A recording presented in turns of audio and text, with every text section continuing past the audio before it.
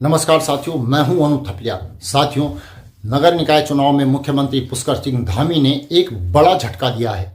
मुख्यमंत्री पुष्कर सिंह धामी ने यह झटका दिया है कोटद्वार की विधायक और विधानसभा अध्यक्ष रितु खंडूड़ी को। मुख्यमंत्री धामी ने यह झटका क्यों दिया और आखिर में शैलेंद्र सिंह रावत और विधानसभा अध्यक्ष के बीच तनातनी के क्या कारण हो सकते हैं, यह जानने से पहले आपसे आग्रह है कि अगर आपने अभी तक हमारे चैनल को सब्सक्राइब नहीं किया है तो सबसे पहले आप हमारे चैनल को सब्सक्राइब जरूर कर लें। साथियों, शैलेंद्र सिंह रावत और विधानसभा अध्यक्ष के बीच में तनातनी के क्या कारण हैं, यह जानने के लिए हमें 12 साल पीछे जाना पड़ेगा। तब हमको राजनीति की पूरी कहानी पूरी तरह से समझ में आ सकेगी। बात 2012 की है, जब उत्तराखंड के मुख्यमंत्री मेजर जनरल बीसी खंडूड़ी थे। खंडूड़ी बतौर मुख्यमंत्री कोटद्वार से 2012 का विधानसभा चुनाव लड़ने के लिए कोटद्वार पहुंचे थे। खंडूड़ी साहब ने उस समय शैलेंद्र सिंह रावत का टिकट काट दिया था। शैलेंद्र सिंह रावत इसके बाद काफ़ी नाराज भी हो गए थे और खंडूड़ी कोटद्वार से विधायक का चुनाव बतौर मुख्यमंत्री तब हार गए थे। फिर समीक्षाएं हुई, बैठकें हुई और आरोप बहुत सारे नेताओं पर लगे। आरोप शैलेंद्र सिंह रावत पर भी लगाया गया और बताया गया कि पार्टी में भीतरघात हुई है। पार्टी के कुछ नेताओं ने बीसी खंडूड़ी के खिलाफ काम किया है। उसके बाद से शैलेंद्र रावत ने बीजेपी से कन्नी काट कर रखी थी।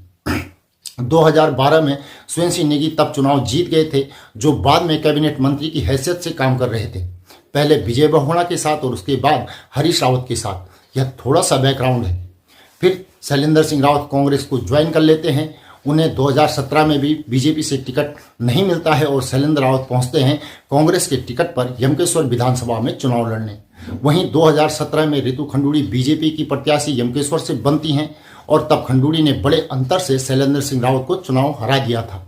उसके बाद कहानी लगभग खत्म हो गई थी। लेकिन 2022 में रितु खंडूड़ी का टिकट यमकेश्वर से कट गया और रितु खंडूड़ी उसके बाद 2022 के कोटद्वार विधानसभा में पहुंच जाती हैं। अब यहाँ पर रितु खंडूड़ी की एक अलग क्षेत्र में राजनीति शुरू हो जाती है।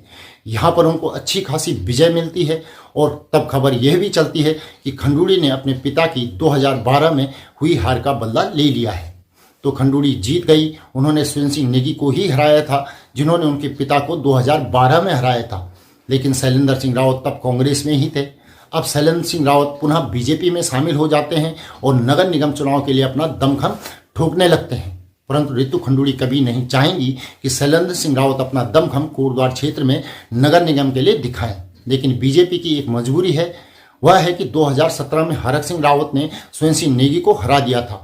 लेकिन जब 2018 में नगर निकाय के चुनाव हुए, नगर निगम के चुनाव हुए, तो बीजेपी तीसरे नंबर पर तब रही थी। मुख्यमंत्री पुष्कर सिंह धामी को टिकट बंटवारे को लेकर अगर फ्री हैंड दिया गया है तो मुख्यमंत्री पुष्कर सिंह धामी कभी नहीं चाहेंगे कि उनकी सरपरस्ती में पार्टी कहीं भी हार का मुंह देखे।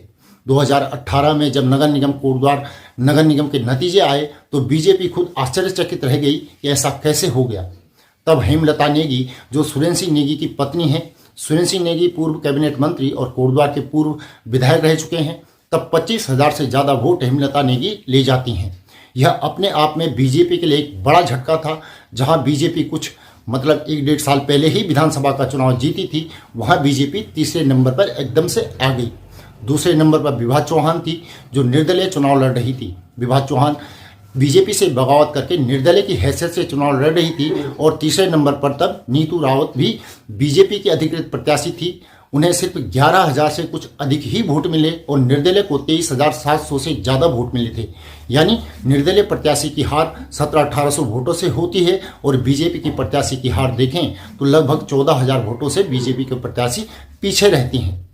अब इसी समीकरण को ही देख लिया जाए तो बीजेपी को एक ताना बाना बुनना है। बीजेपी को जातिगत राजनीतिक रूप से भी अपने आप को संभालना है और एक ऐसे व्यक्ति को टिकट देना है जो सबसे ज़्यादा दमखम दिखा सके। अब रावत दमखम दिखा पाएंगे या नहीं दिखा पाएंगे, यह तो जब नतीजे आएंगे तभी पता चलेगा। लेकिन मैं आपको एक जातिगत समीकरण बताता हूँ। रितु खंडूड़ी अगर जाति से देखें तो ब्राह्मण वर्ग से आती हैं और शैलेंद्र सिंह रावत राजपूत समुदाय से आते हैं। अब चुनाव में हर प्रकार की राजनीति को देखा जाता है, हर प्रकार के हिसाब से हथकंडे सेट किए जाते हैं।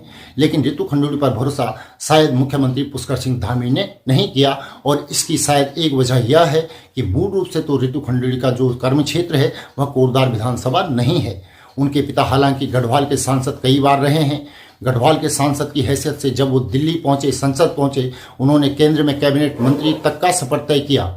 जब खंडूड़ी मुख्यमंत्री बने तो वह पौड़ी गढ़वाल क्षेत्र के धुमाकोट से चुनाव जीते थे, लेकिन कोटद्वार में उनकी हार हो गई थी। हालांकि उनकी हार का बदला, जैसा मैंने पहले बताया, कि रितु खंडूड़ी ले चुकी हैं, लेकिन अब बीजेपी अपने पीछे कोई समस्या नहीं छोड़ना चाहती।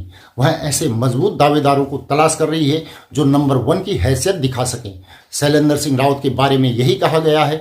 अब देखना यह है कि शैलेंद्र सिंह रावत मुख्यमंत्री पुष्कर सिंह धामी की उम्मीदों पर खरे उतरते हैं या नहीं। पिछली बार नगर निगम में बीजेपी की हार हुई थी, क्या इसका बदला अब शैलेंद्र सिंह रावत ले पाएंगे? यह तो जब नतीजे आएंगे तस्वीर तभी सामने आ पाएगी। इस रिपोर्ट को लेकर आपकी क्या राय है, कमेंट करके जरूर बताएं। साथ ही चैनल को सब्सक्राइब करें और नीचे दिए गए नंबर या फिर QR कोड के माध्यम से हमारा सहयोग भी जरूर करें। अभी के लिए इतना ही।